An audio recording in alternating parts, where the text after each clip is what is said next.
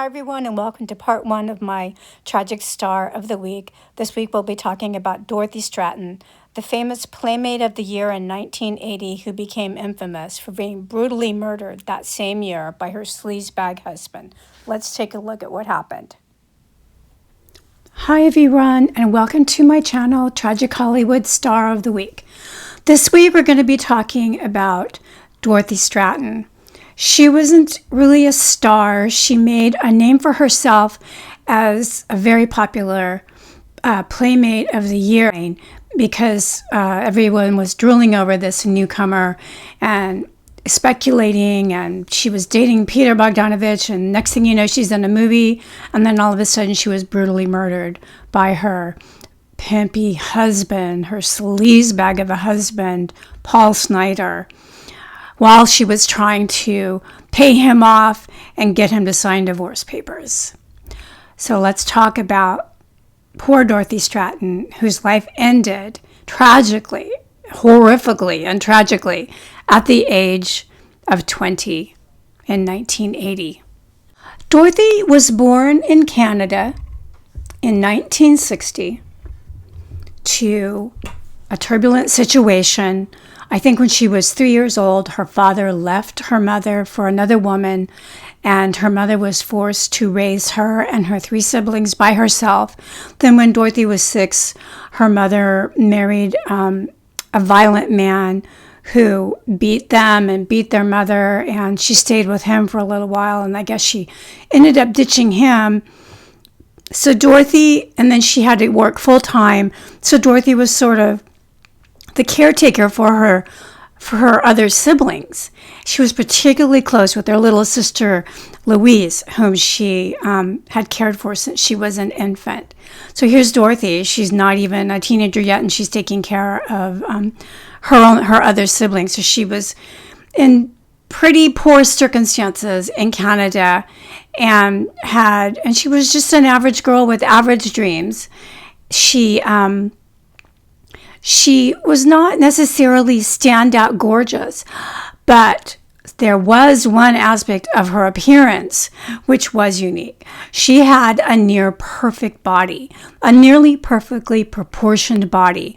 She was tall, she had a tapering waist, she had a full bust line, and she had soft, curvaceous hips. And the weird part was that she didn't really even seem to realize what a fantastic body she had. She just never even thought about it until one day she was working at the Dairy Queen, and in walks the sleazebag, and he's just looking for an opportunity to exploit something for himself. His name was Paul Snider, small-time pimp and thief. Okay, basically that's what his background was. The minute he set eyes on Dorothy behind the counter at the Dairy Queen, his eyes lit up. He realized immediately that she was naive, easily malleable, and he could make a lot of money if he exploited her in the right way. He even said this to his friend, "That girl's going to make me a lot of money." Dorothy is in my first book, the same book that last week's Tragic Star of the Week was in, Marilyn Monroe, and it's called Tragic Hollywood, Beautiful, Glamorous, and Dead, and there's a link in my channel description to the Amazon, my Amazon author page if you want to get it. That I thought I'd read to you a little bit about Paul Snider and what he was thinking when he actually saw Dorothy Stratten at the Dairy Queen. Paul Snider was a promoter, a shady entrepreneur, a pimp, who was also an avid reader of Playboy magazine. In addition to ogling the articles, he paid attention to in addition to ogling the centerfolds, he paid attention to the articles, shock, and he saw that the magazine was offering a $25,000 reward for the discovery of an unknown girl next door type to pose for their 25th anniversary edition. He went on the prowl. Paul never waited for opportunity. He actively sought it out.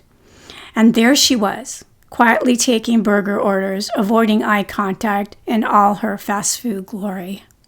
She was a towering blonde with gorgeous green eyes and a boatload of potential that only he seemed to be aware of, so he thought. It didn't matter. He silently thanked fate for kindly dropping this opportunity in his lap and began putting the older man moves on the innocent, doe-eyed Bambi, Dorothy Stratten. So he's a sleazebag to begin with. He went out. He was looking for someone like Dorothy. And he found her. So he arranged to have a professional take her photographs. These were the first professional photographs she had ever had taken of herself. They were cheesecake, benign cheesecake stuff. Nothing crude.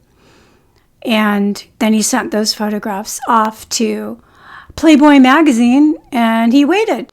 As soon as Hugh Hefner saw Dorothy's photos, as awkward and amateurish as they were, he knew immediately a diamond in the rough when he saw one.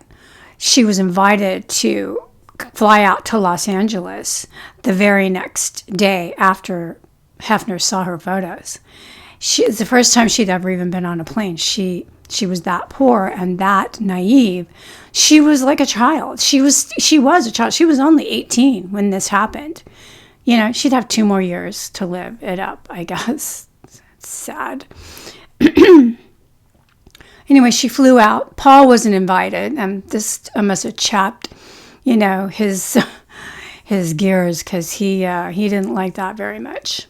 Because he considered her his property. He'd already taken her virginity, and in his attempt to actually sample and check out the merchandise and make sure it was all there, I guess. So he kind of considered her as his property now at this point.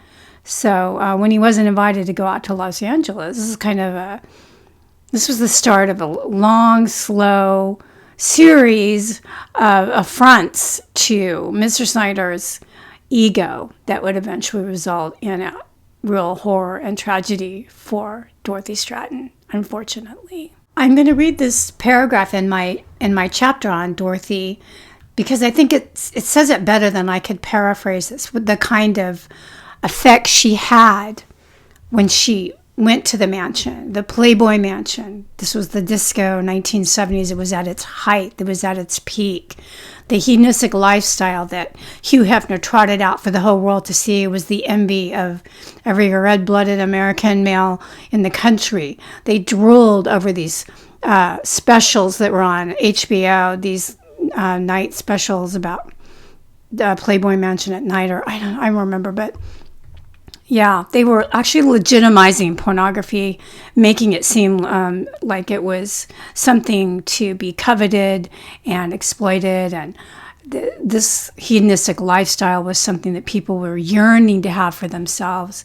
This sort of castle fairy tale lifestyle that Hugh Hefner trotted out for everybody. Of course, it was only decades later that we found out what was actually going on at that mansion, and it was disgusting and vile and probably highly illegal.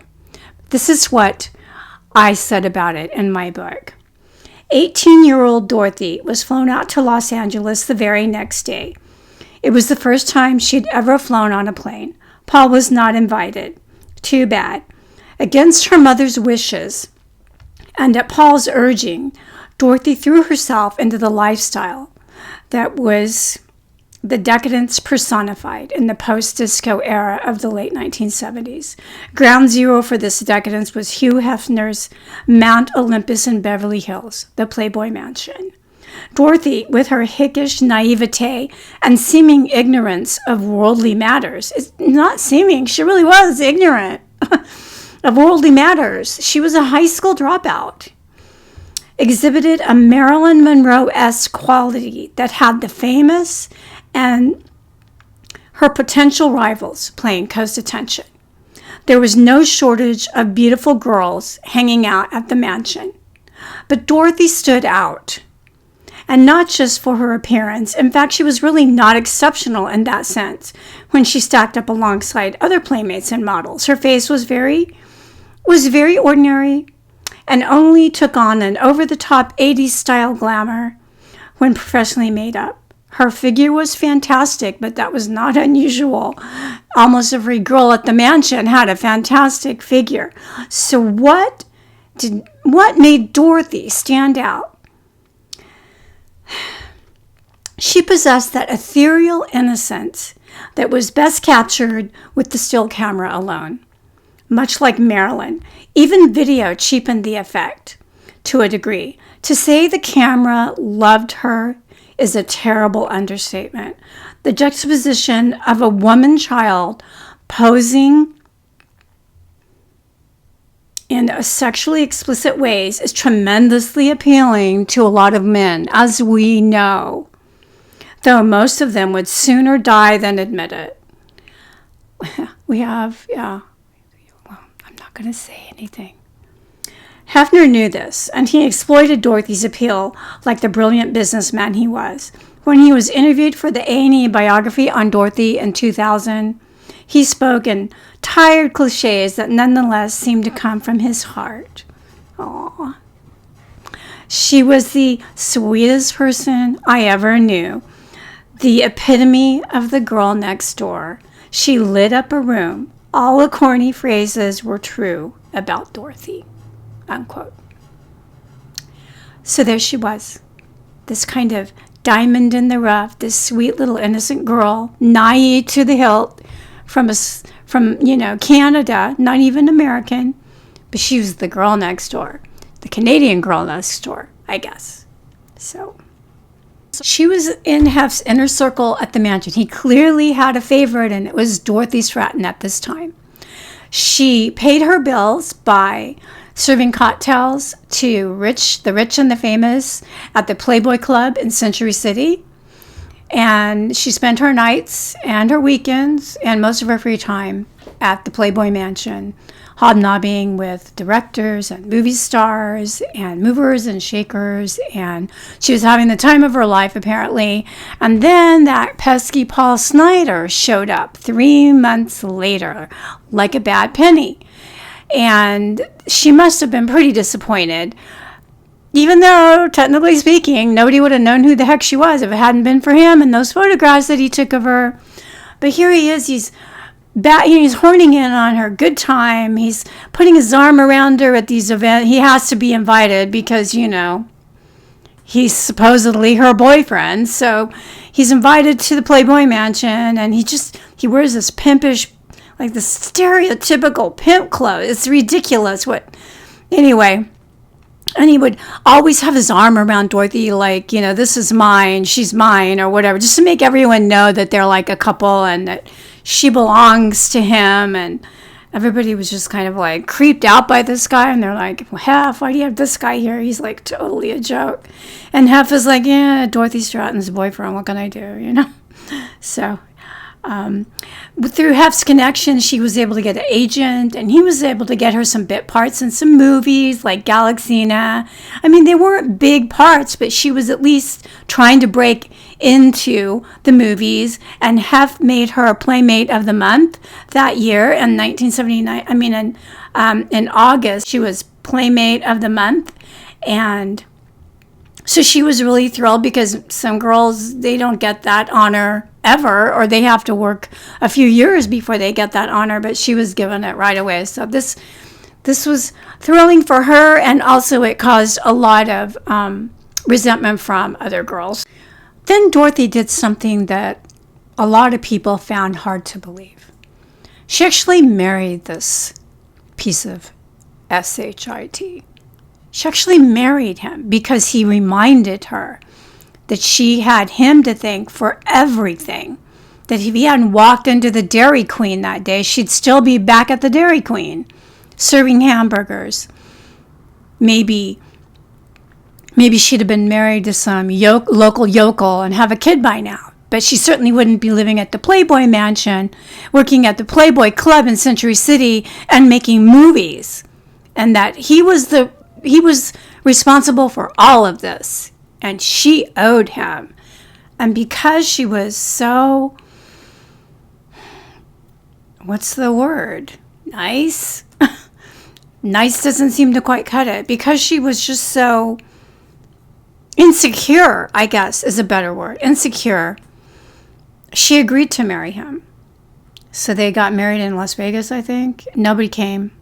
None of her friends showed up. And actually, Hugh Hefner was really angry when he found out about it. And he told her he was angry. He said, that guy's trouble. You should be getting away from him. You shouldn't be marrying him. What's wrong with you? You have a future ahead of you. You have an acting career. You have a career with Playboy ahead of you. Why are you getting more tangled up with this small town pimp guy? In part 2, we're going to look at Dorothy Stratten's quick rise to fame, her relationship with Peter Bogdanovich that led to her husband, Paul Snider, losing it completely, and the tragic end of both of them in a little freeway shack off the 405. Stay tuned.